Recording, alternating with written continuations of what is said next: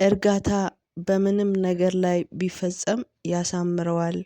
ከምንም ነገር ላይ ቢነሳ ደግሞ ያበላሸዋል። በንግግር ላይ ልስላሴ በፊት ላይ ፈገግታን ከሰው ጋራ ስንገናኝ መልካም ንግግር መናገር ደስታችንን የምንገልጽባቸው መለያዎች ናቸው። ሙእሚን ባህሪው ነው። ልክ እንደ ንብ መልካም በልታ መልካም ትሰራለች። በአበባ ላይ ስታርፍ አበባዋን አትሰብረውም። ምክንያቱም አላህ በእርጋታ የሚሰጠውን በጭካኔ አይሰጥም። ገና ሲታይ አንገታችን ብቅ የሚሉላቸው አይኖች የሚርገበገቡላቸው ልቦች የሚሳሱላቸው እና ነፍሶች የሚሸሹላቸው ሰዎች አሉ።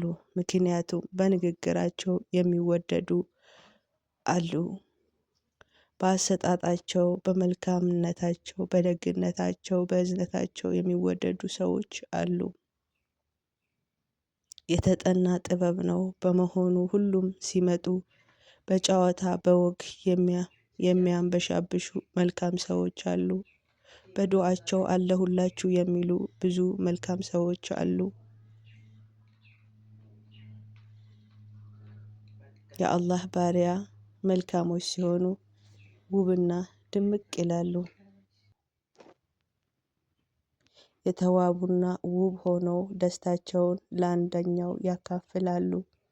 እነዛ ሰዎች የልብ እርጋታ የህሊና እረፍት መረጋጋትን የመሳሰለ ፈጣን ምንዳን እንደሚያገኙ አበስራቸው።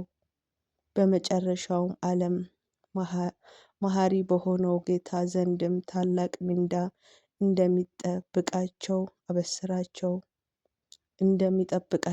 አበስራቸው። ቻይ የሆኑ ንጉስ ዘንድም በስራቸው ወንዞቻቸውን የሚፈልቁላቸው ጀነት እንደሚጠብቃቸው አበስራቸው። ባለን ነገርና በምናገኘው ነገር በሚደረግልን ነገር ሁሉ መልካምና የተረጋጉ ሰዎች አላህ ያድርገን ያድርጋችሁ። ተወዳጅ ምግባር ነው ግልጽም የቀልባችን መቅጃ ነው። ተሞክሮም መልካም ሲሆን መልካም ተግባርም የህሊናም የሁሉም ነገር መርጊያ ነው።